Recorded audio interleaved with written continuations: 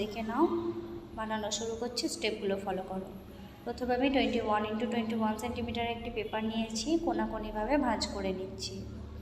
দেখো ভালো করে ভাঁজ করে নিলাম। তারপর নিচের কোণটা মাঝের লাইন পর্যন্ত আবার ভাঁজ দিচ্ছি। আবার পেপারটা খুলে নিচে যে লাইনটা পড়েছে ওই পর্যন্ত কোণটাকে ভাঁজ দিয়ে তারপর আমি ভাঁজ দেওয়া অবস্থায় উপরের লাইন পর্যন্ত পেপারটাকে ভাঁজ দিলাম। তারপর আবারও একটা আমি ভাঁজ দিয়ে দিচ্ছি। আশা করি তোমরা বুঝতে পারছো। স্টেপগুলো ভালো করে ফলো করবে, বুঝতে পারবে। অপর দিকের পেপারটা ঠিক একইভাবে আমি ভাঁজ দিয়ে নেব। ভাঁজগুলো সমান করে তোমরা দেবে, তবেই সুন্দরভাবে হবে। দেখো ভালো করে ভাঁজ দিয়ে নিলাম। তারপর পেপারটিকে ঘুরিয়ে নিচের দিকে কোণটা আমি মুড়ে নিচ্ছি। দেখো কোণের যে গ্যাপগুলো আছে ওর মধ্যেই রাখবো, পেপারটা উপরে উঠে। তারপর আবার পেপারটিকে খুলে লাইন পর্যন্ত ভাঁজ দিলাম, আবারও একটা ভাঁজ দিয়ে দিলাম। দেখো অপর দিকের পেপারটা ঠিক একইভাবেই করব। প্রথমে ভাঁজ দেব, তারপর খুলে লাইন পর্যন্ত কোণটাকে ভাঁজ দিয়ে মুড়ে নেব, আবার মুড়ে নেব।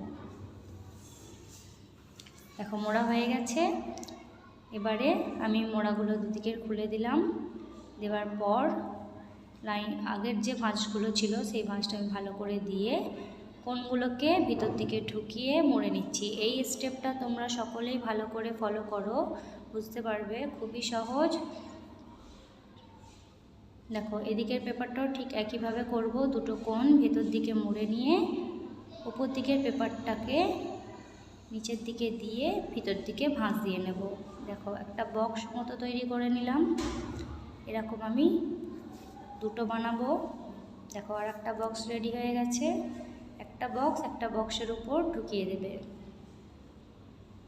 দেখো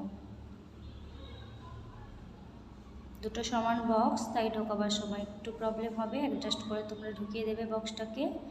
দেখো এরপর আমি 12x12 সেন্টিমিটার একটি পেপার নিয়েছি, নিয়ে মুড়ে নিচ্ছি। দেখো মোড়ার পর আমি লম্বা দিকটাই ঢুকিয়ে দিলাম। খুবই সহজ, তোমরা স্টেপগুলো ফলো করবে, বুঝতে পারবে। দেখো হেলান দেওয়ার সিটটা করে নিলাম।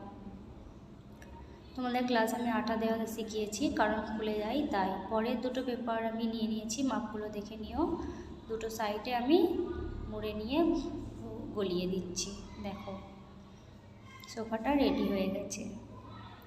এখানে আমি বালিশ বানানো দেখিয়ে দিচ্ছি, এটা করতেও পারো নাও পারো।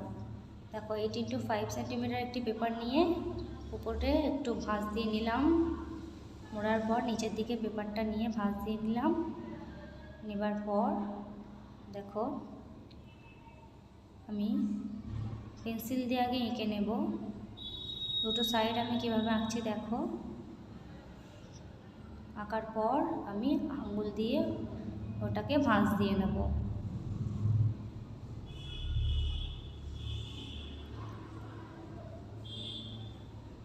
ভাঁজ দেওয়া হয়ে গেছে।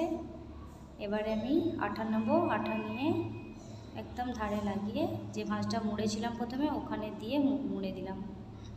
জোড়া হয়ে গেছে। এবার আমি কালো স্কেচ পেন দিয়ে এঁকে নিচ্ছি। এটা অপশনাল, তোমরা করতেও পারো নাও করতে পারো, তবু আমি তোমাদের দেখিয়ে দিচ্ছি। দেখো এবার আমি হাতের সাহায্যে বালিশটাকে একটু ফুলিয়ে নেব। দেখো এইভাবে দুটো বালিশ বানিয়েছি, তোমরা সকলে বাড়িতে অভ্যাস করবে।